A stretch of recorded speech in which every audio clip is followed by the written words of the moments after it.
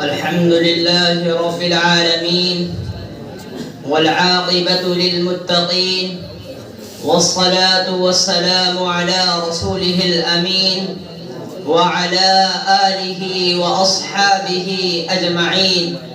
أما بعد، فيا معشر المسلمين، أوصيكم ونفسي أولا بتقوى جل وعلا والتمسك بالسنة المطهرة.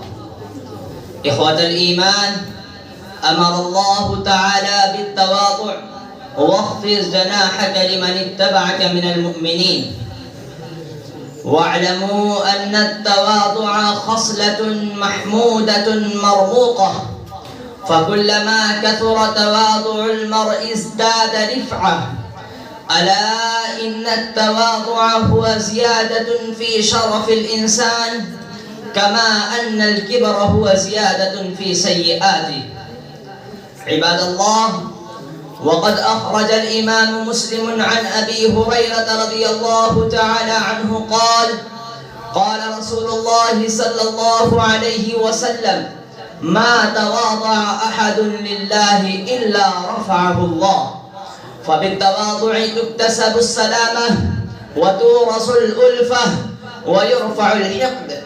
أما فاقد التواضع فهو عديم الإحسان بعيد المشاعر والإحساس، شقي لا يتعد بغيره، نسأل الله العافية.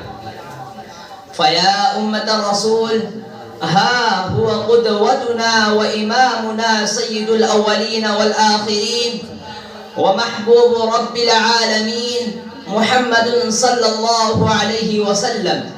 قد نام على الحصير في حياته، وكذا شرب مع أصحابه في إناء واحد، وكان آخرهم شربا كما أكل مع أهل الصفة.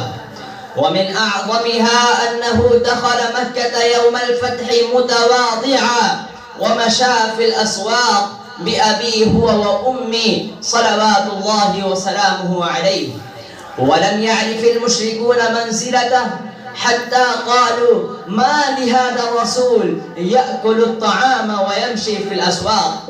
قال صلى الله عليه وسلم: تواضعوا لمن تعلمونه وتواضعوا لمن تتعلمون منه.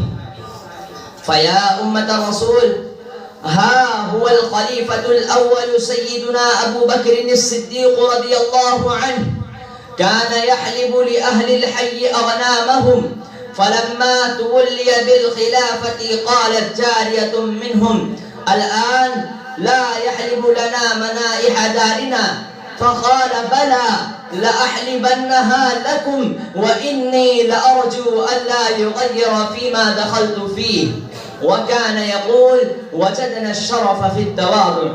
وهكذا الخليفة الثاني عمر الفاروق رضي الله عنه خطب بعد خلافته فقال: اعلموا أن تلك الشدة قد ضعفت، ولكنها تكون على أهل الظلم والمعتدين على المسلمين، فأما أهل السلامة والدين والقصد فأنا ألين لهم من بعضهم لبعض، وإنني بعد شدتي تلك أضع خدي على الأرض لأهل العفاف وأهل الكفاف، فلا إله إلا الله وسبحان الله والحمد لله.